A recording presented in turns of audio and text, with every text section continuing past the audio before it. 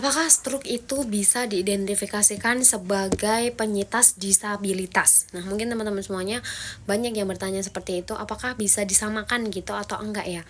Nah, teman-teman semuanya ini juga kembali kepada pandangan masing-masing ya teman-teman. Untungnya aja waktu itu si Paman Ari itu bisa nemu sama herbal Cina dan alhamdulillahnya itu bisa kembali pulih.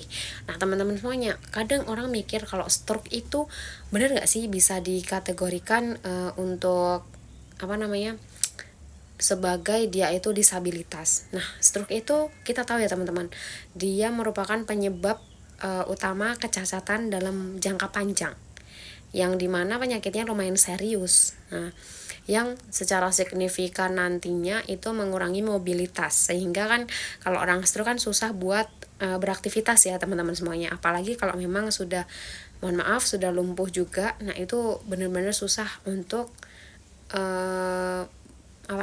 mobile, untuk bergerak.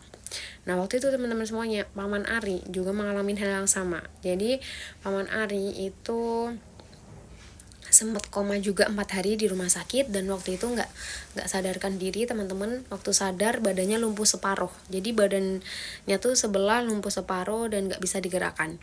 Dan waktu itu teman-teman, akhirnya Paman Ari tetap semangat berjuang, terus cari-cari info gimana bisa lepas dari stroke, pakai apalah pengobatan alternatif atau apa gitu. Akhirnya waktu itu tertuju pada herbal Cina teman-teman semuanya. Dan ini menurut aku yang kayak Paman Ari sesemangat itu gitu, seyakin itu. Dan akhirnya waktu itu gak ragu, gak bimbang atau gak gimana-gimana, itu langsung nyobain teman-teman. Aku juga ngerasa kayak wah, keren juga nih perjuangan Paman Ari yang bisa ngelawan stroke gitu.